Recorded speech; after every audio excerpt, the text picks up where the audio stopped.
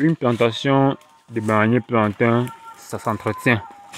Chers internautes, vous êtes de nouveau aujourd'hui sur la chaîne Investir en agriculture au pays. C'est Hugues Marsan Dief, votre ingénieur agronome. Nous vous apportons aujourd'hui ce nouveau élément concernant l'entretien d'une plantation de bananiers plantains. Alors, l'entretien est important, même chez les êtres humains. Il faut toujours entretenir l'organisme pour arriver à éviter, bien à mettre à l'abri de plusieurs maladies, de plusieurs anomalies, n'est-ce pas, qui viendront soit de l'environnement ou bien soit d'une négligence quelconque.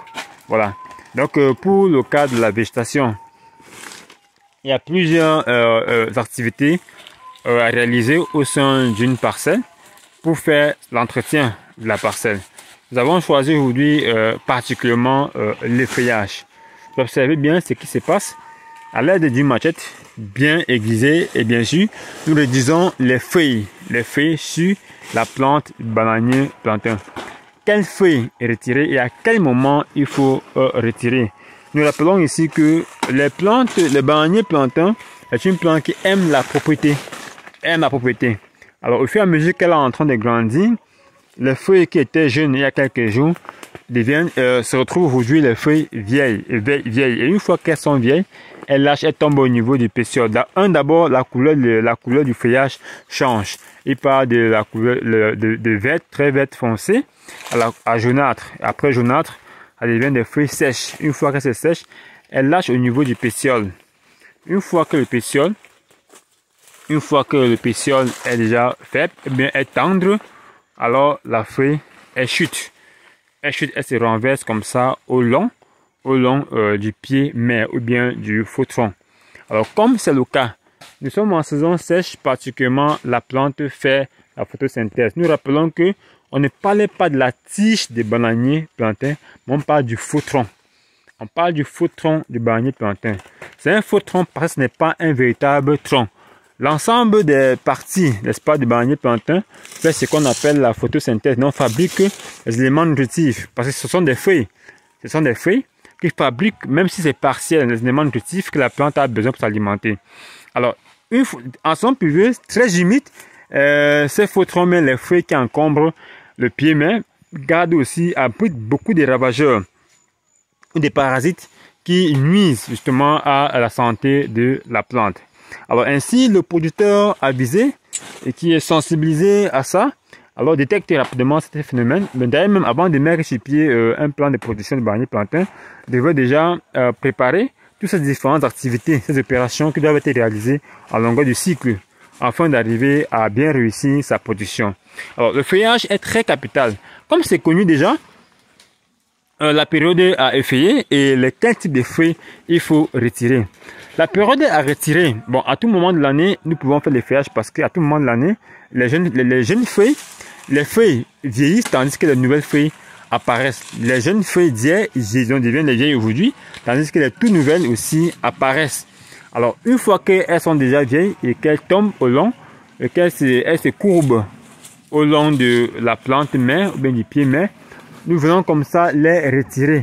Si nous ne le faisons pas, elles garderont des maladies ou bien des parasites qui causeraient des maladies à la plante. Nous retirons les feuilles qui sont déjà mortes ou bien celles déjà attaquées qui commencent déjà à vieillir et on les place, n'est-ce pas, avec le dos sur la face dorsale. On les place sur la face dorsale parce que dans la face inférieure, la feuille du bananier, elle garde beaucoup de parasites ou bien des insectes comme des aphides par exemple. Donc beaucoup de parasites se trouvent là, des ravageurs. Ceux-là, quand la feuille est déjà vieille, elle part de cette feuille vieille là pour attaquer les nouvelles feuilles.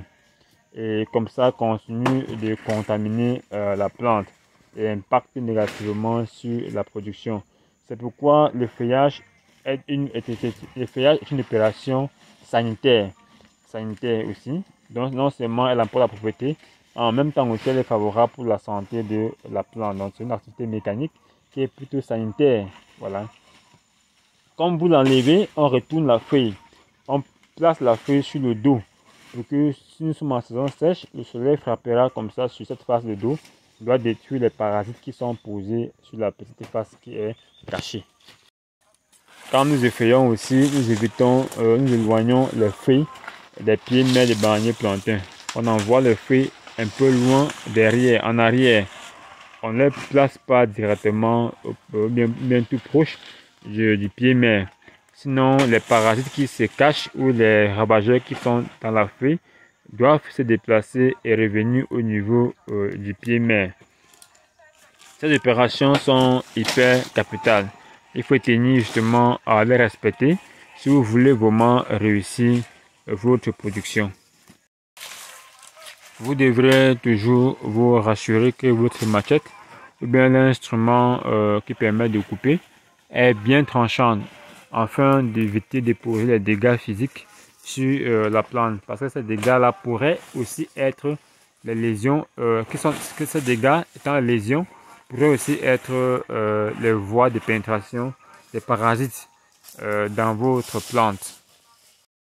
Pour contrôler les parasites, vous pouvez les parasites comme par exemple qui emportent une des maladies comme la cercosporiose, qu'elle peut soit jaune ou bien noire.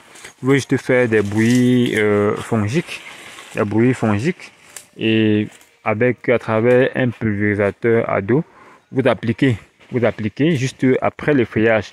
Après le feuillage, comme des dégâts sont inévitables, les points de lésion où la machette est passée sont inévitables. Alors il faut venir à la parcelle avec un pulvérisateur à dos ou bien un atomiseur avec bien dosé avec un produit phyto, les produits phytosanitaires, notamment fongicides et insecticides. Donc vous faites un mélange pour faire une double action, contrôler les insectes en même temps des champignons dans la parcelle. Vous pulvérisez sur le feuillage et sur les zones, les lésions laissées par la machette afin d'éviter toute contamination de la parcelle après votre passage. Une bananière se contrôle. Alors elle s'entretient. Surtout, tâchez de garder la parcelle bien propre.